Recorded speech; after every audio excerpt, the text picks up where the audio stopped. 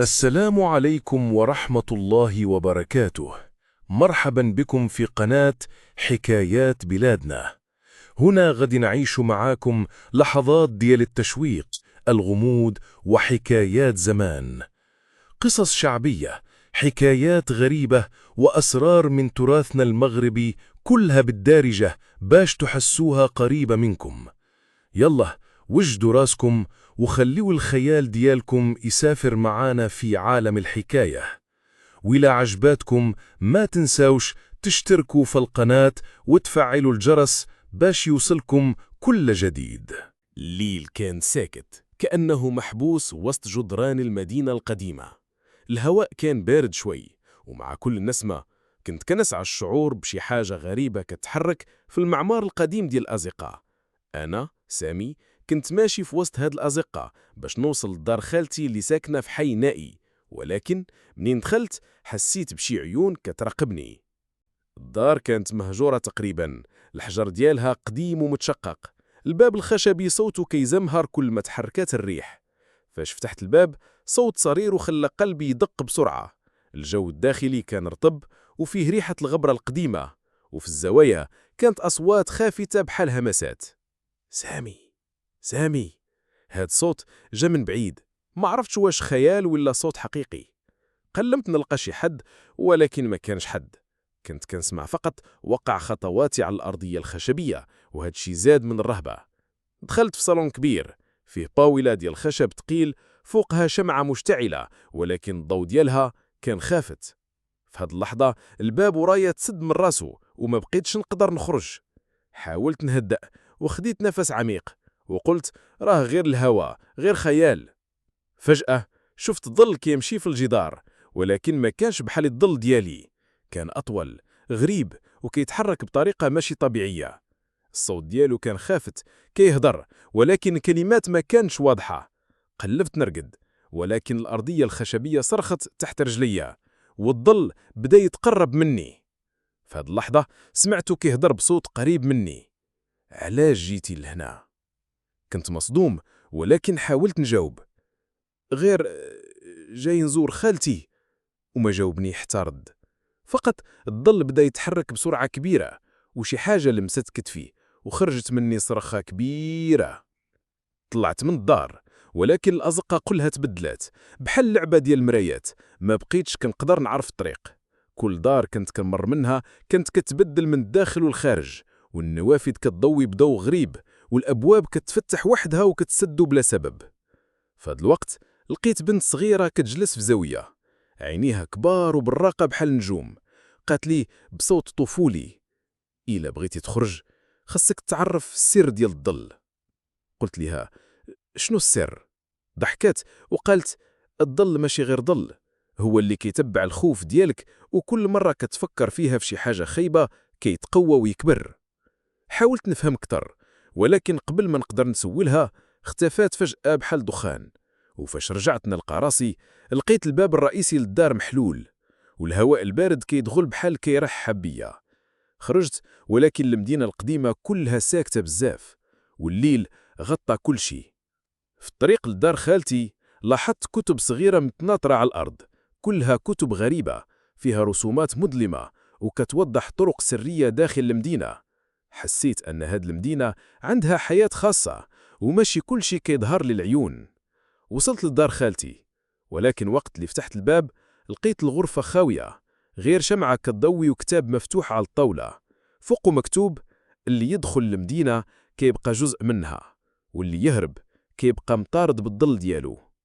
وقفت اللحظة وسمعت وقع خطوات ورايا، ولكن ملي تقلبت ما كانش حد، غير الظل ديالي بدا يطوال وكأنه حي، وبدا يهمس: ما يمكنش تهرب، الليل ديما كيقبض على اللي كيخاف.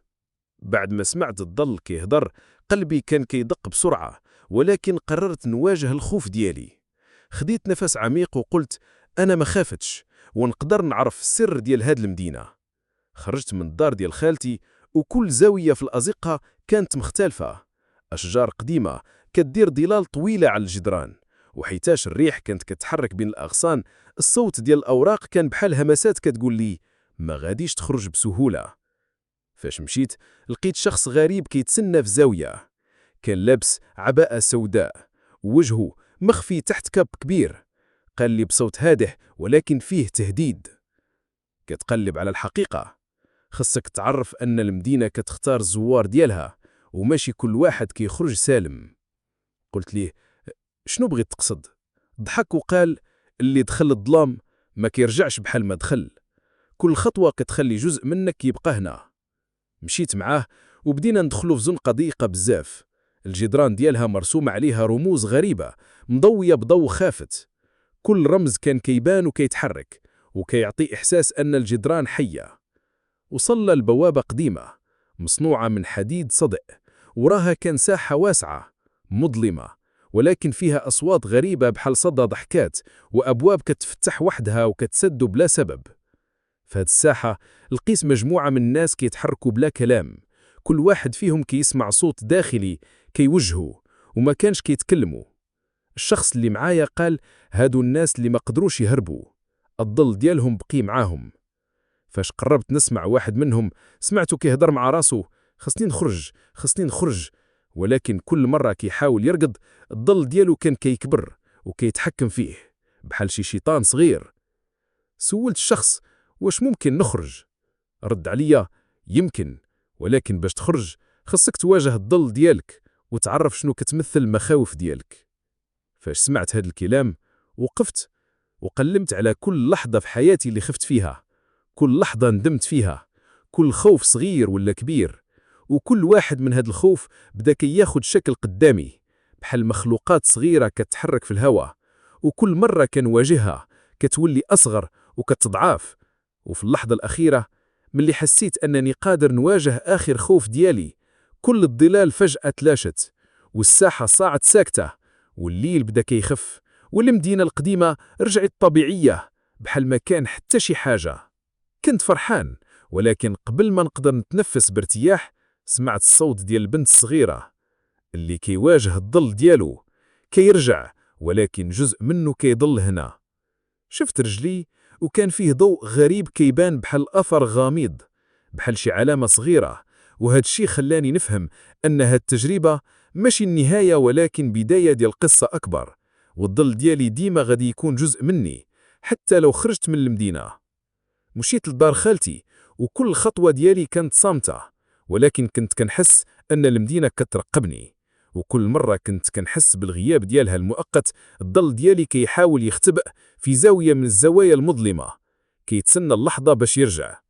وصلت للدار ديال خالتي، فتحت الباب وما لقيت شي حاجة غريبة، كل شي طبيعي غير الريح اللي كتدخل من الشباك كتدير صوت خفيف، ولكن قلبي مازال كيدق وكنت عارف أن التجربة غادي تبقى في داخلي الأبد، والليل ديما كيخبي أسراره للناس اللي مستعدين يواجهوه.